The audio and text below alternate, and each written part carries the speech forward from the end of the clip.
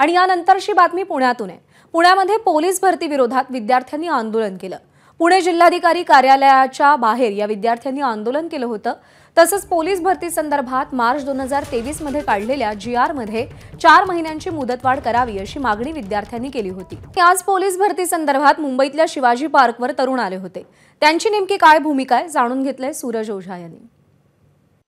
आपल्याबरोबर काही मुलं आहेत जे सकाळपासूनच घाम काढतात या ग्राउंडवर आणि त्यांचं असं आहे की ते यावेळी तर ते क्लिअर करणार आणि युनिफॉर्म ते वर्दी मिळवणार आहे।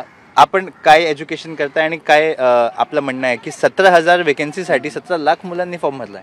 कारण सध्या बघायला गेलं तर आपल्याकडे सगळीकडे मुंबई असो या महाराष्ट्रात जॉबची खूप कमी आहे आणि बघायला गेलं तर प्रायव्हेटमध्ये पण पेमेंट खूप कमी आहे आपल्या इथं महाराष्ट्रात। म्हणजे समथिंग अराउंड 15 to 20 आपल्या इथं म्हणजे बेसिक लाईफमध्ये तर ते चालत नाही।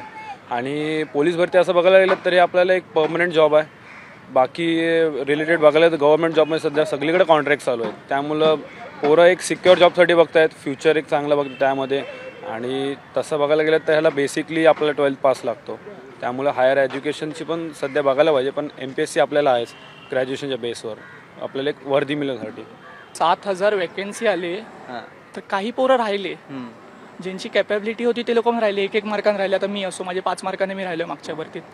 कुठेतरी आम्हाला कुठेतरी एक जॉब भेटावा, म्हणजे आम्ही पण तेवढे कॅपेबल आहे। 5 मार्क राहतो म्हणजे कुठेतरी आम्ही कॅपेबल आहे। मग एवढंच माझं म्हणणं आहे की गव्हर्नमेंटला की थोड्या जागा अजून वाढवाव्या। कारण आर आर पाटील साहेबांच्या टायमाला 2011ला कमीत कमी 10,000ची भरती आलेली, ती आत्ता डायरेक्ट 2,500वर आली। म्हणजे काहीतरी प्रॉब्लेम होते ना गव्हर्नमेंटकडून। एवढंच म्हणणं आहे की थोड्या जागा आमच्या वाढवल्या ना तर पोरांना पण तेवढा चान्स भेटेल की पुढे जायला। हे जे 2-2 मार्काने राहत आहेत त्या पोरांना थोडा चान्स भेटेल की पुढे जायला।